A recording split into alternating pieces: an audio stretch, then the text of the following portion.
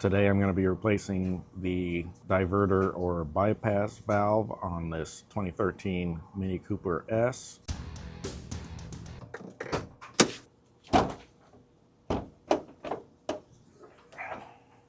So the location of this part is right in here. You can see where this line goes, and it's right underneath this line where it bends there. So the first thing I'm going to do is remove this piece so that we have some more room. These clamps are going to be 7mm.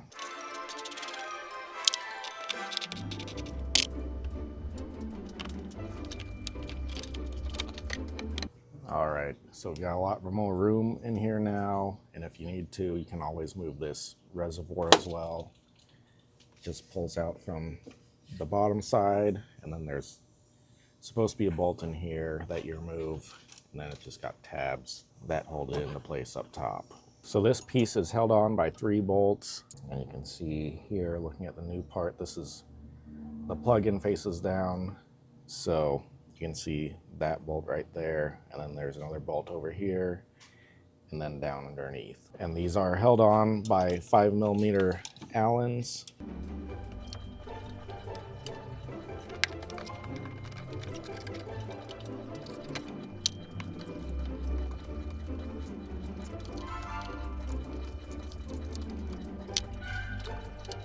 All right, and you can't really get the short end on these other two, so I like to use an extension with a 5mm socket, or a 6mm socket would work too if you need a little bit more play. And I use this to give me an extension to break these bolts loose.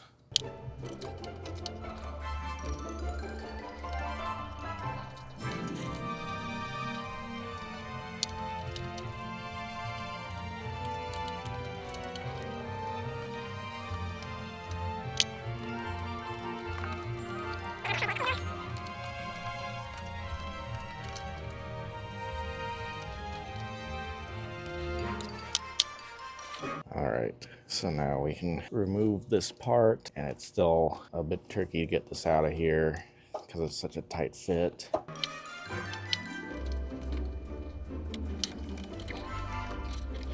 So now we just need to unplug the part, and it's just got a little thing that you can either pull up on one end or push down on the other end. Well, actually it looks like it's just on this one end.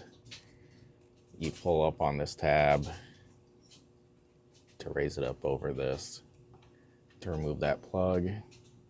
So here's my old piece, and then obviously if we compare it to the new piece, it's missing this sleeve here, which I had to fish out. It was completely broken. So now we're ready to go ahead and throw on this new piece.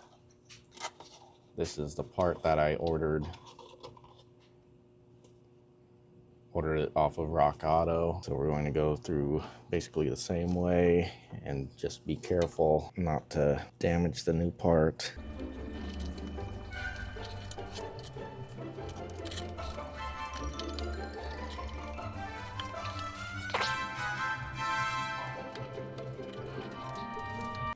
All right, so I've got it back into place now. So I'm gonna get one of these bolts started.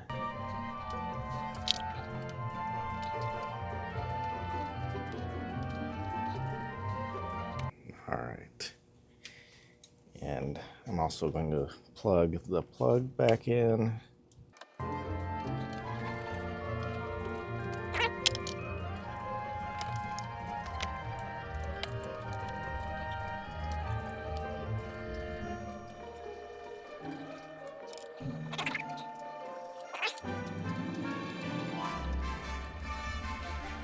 I'm gonna get these nice and snug. I'm not gonna torque on this too much, obviously. I don't want to break anything. Just get it snug.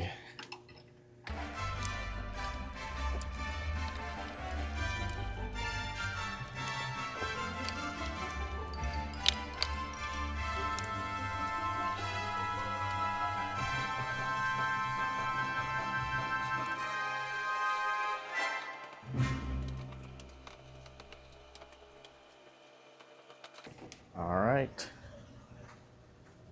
So we've got our new part installed, so we just need to throw everything back together that we took apart.